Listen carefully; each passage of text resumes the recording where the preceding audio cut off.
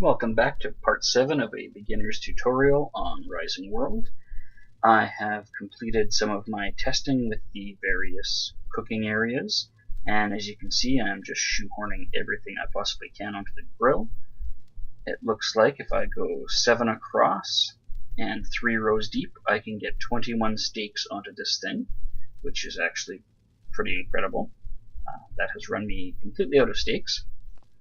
This one here had a capacity of 11, but by the time I got done loading up the other two, they were cooked.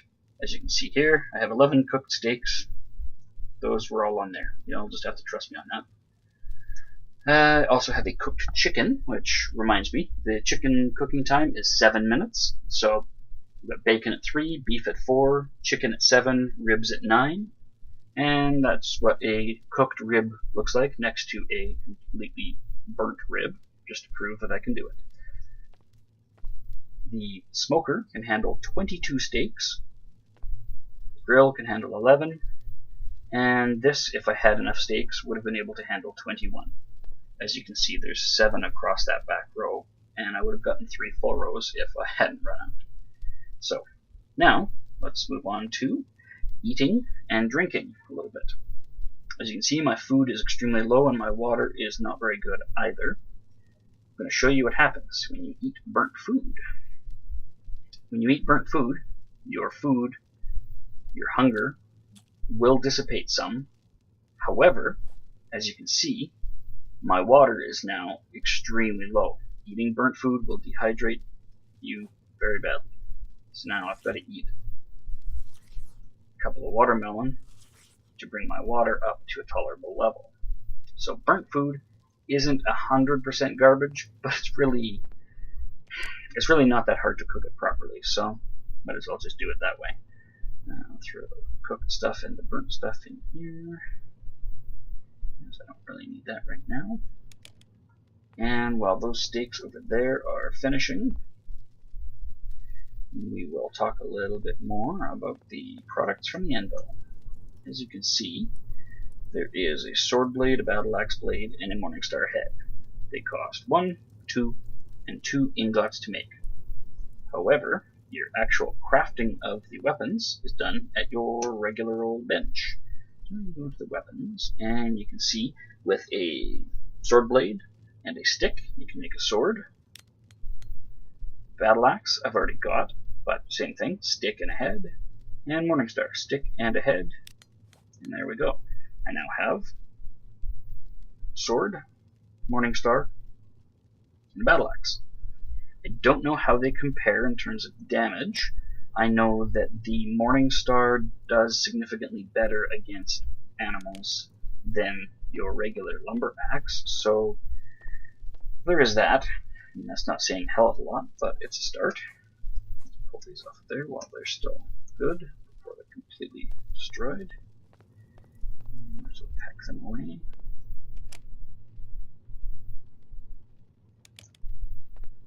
Okay. These guys are just about all done. And let's wait a few seconds here. Clear out the rest of these steaks before we go on to the next part. And just to remind everybody, the cooking times across all 3 devices are the same, and none of them currently use any sort of fuel, so there's no reason to shut the cooking devices or smelting furnace off unless you don't like the sound of a crackling fire. I find it kind of comforting, so I leave it running. Let's see. You and you are finished, and those 2 will be done any second. And what else? Oh, if you happen to drop something on the ground, say for example you're in the process of slaughtering animals and picking up meat, and you run out of space, you can throw stuff on the ground. How long do you have before that stuff is gone, you might wonder? Turns out the answer is 5 minutes. If you throw something on the ground, 5 minutes is the cutoff where it starts to disappear and despawn.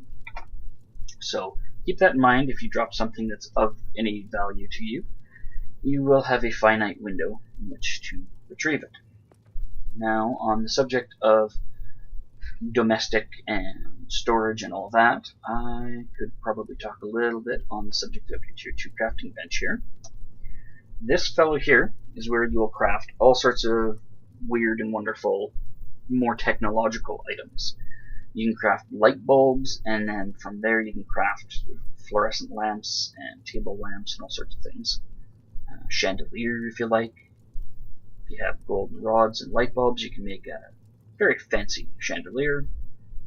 If you want to just make simple light fixtures, you can make something with an iron rod, a copper rod, and a couple of tungsten rods, and then a fixture for that. But that's not the cheapest way you can go. The cheapest way I've found is one iron rod and one tungsten rod to produce light bulbs, and then with that light bulb and 2 iron plate, you can produce any of a variety of colors of hazard light, or you can place a square light that can be placed on the floor, wall, and ceiling, a freestanding one that you can just put wherever, and you can again customize the color a little.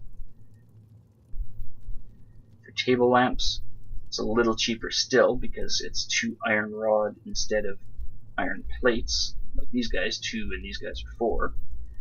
For your table lamps, you can use 1 iron rod, 2 iron rod, or you can even use some stone and make an actual lamp with a shade.